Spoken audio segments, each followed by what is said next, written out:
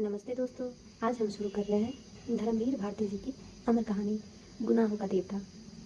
एक ऐसी प्रेम कथा जिसमें प्यार, त्याग और दर्द एक साथ चलकर दिल को छू जाते हैं। चलिए शुरू करते हैं गुनाहों का देवता का प्रथम अध्याय।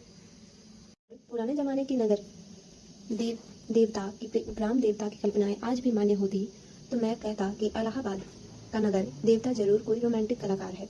ऐसा लगता है कि इस शहर की बनावट, गठन, जिंदगी और रहन सहन में कहीं बंधे बंधाए नियम नहीं, कहीं कोई कसाव नहीं। हर जगह एक स्वच्छंद खुलाव, एक बिखरी हुई सी अनियमितता। बनारस की गलियों से भी पतली गलियां, लखनऊ की सड़कों से चौड़ी सड़कें, यॉर्कशायर और ब्राइटन के उपनगरों का मुकाबला करने वाली सिविल लाइंस और दलदलों की जिंदगी को मात करने वाले मोहल्ले। मौसम में भी कोई सम नहीं, कोई संतुलन नहीं। सुबह मलियजी, दोपहरे अंगारी तो शामें रेशमी। धरती ऐसी कि सहारा के रेगिस्तान की तरह बालू भी मिले, मालवा की तरह हरे भरे खेत भी मिले और उसर और परती की भी कमी नहीं। सचमुच लगता है कि प्रयाग का नगर देवता स्वर्ग कुंजों से निर्वासित कोई मनमौजी कलाकार है, जिसके सृजन में हर रंग की डोरे हैं। और चाहे जो हो, मगर इधर क्वार कार्तिक तथा उधर वसंत के बाद और होली के बीच के मौसम से इलाहाबाद का वातावरण नेस्टेरियम और पैंजी के फूलों से भी ज्यादा खूबसूरत और आम के बौड़ों की खुशबू से ज्यादा महकदार होता है। सिविल लाइंस हो या अल्फ्रेड पार्क, गंगा तट हो या खुसरूबाग, लगता है कि वह हवा एक नटखट दोसीजा की तरह कलियों के आंचल और लहरों के मिजाज से छेड़खानी करती चलती है। और अगर आप सर्दी से बहुत नहीं डरते तो आप जरा एक ओवरकोट डालकर सुबह सुबह घूमने निकल जाएं, तो इन खुली हुई जगहों की फिजा इठलाकर आपको अपने जादू में बांध लेंगी। खास तौर से पौ फटने से पहले तो आपको एक बिल्कुल नई अनुभूति होगी। वसंत के नए नए मौसमी फूलों के रंग से मुकाबला करने वाली हल्की सुनहरी बाल सूर्य की अंगुलियां सुबह की राजकुमारी के गुलाब वक्ष पर बिखरे हुए भौराले गैसों को धीरे धीरे हटाती जाती हैं और क्षितिज पर सुनहरी तरुणाई बिखर पड़ती है। एक ऐसी ही खुशनुमा सुबह थी, और जिसकी कहानी मैं कहने जा रहा हूँ वह सुबह से भी ज्यादा मायूस युवक प्रभाती गाकर फूलों को जगाने वाले देवदूत की तरह अल्फ्रेड पार्क के लॉन पर फूलों के सरजमी के किनारे किनारे घूम रहा था। कतई स्वीटपी के रंग का पश्मीने का लंबा कोट, जिसका एक कॉलर उठा हुआ था और दूसरे कॉलर में सरों की एक पत्ती बटन होल में लगी हुई थी। सफेद मक्खन जीन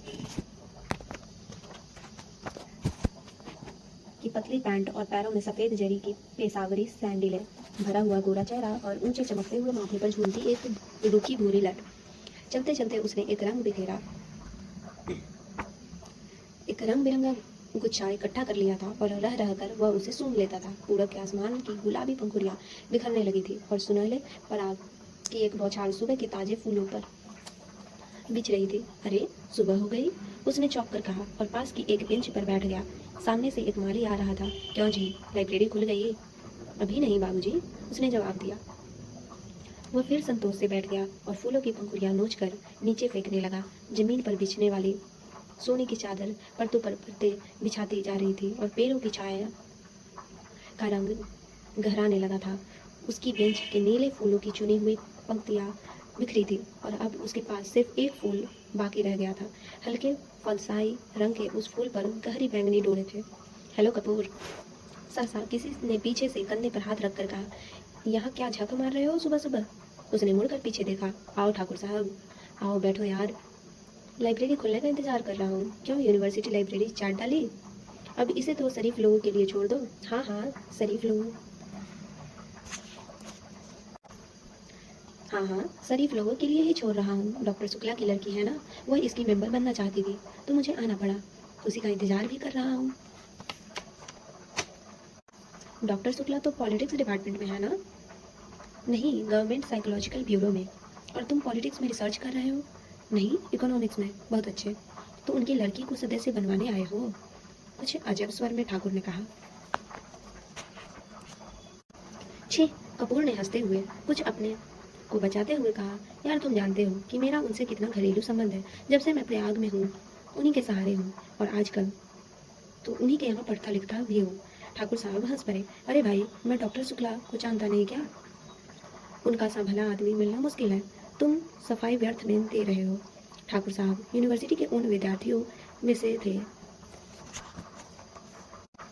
जो बराए नाम विद्यार्थी होते थे, और कब तक वे यूनिवर्सिटी को सुशोभित करते रहेंगे इसका कोई निश्चय नहीं।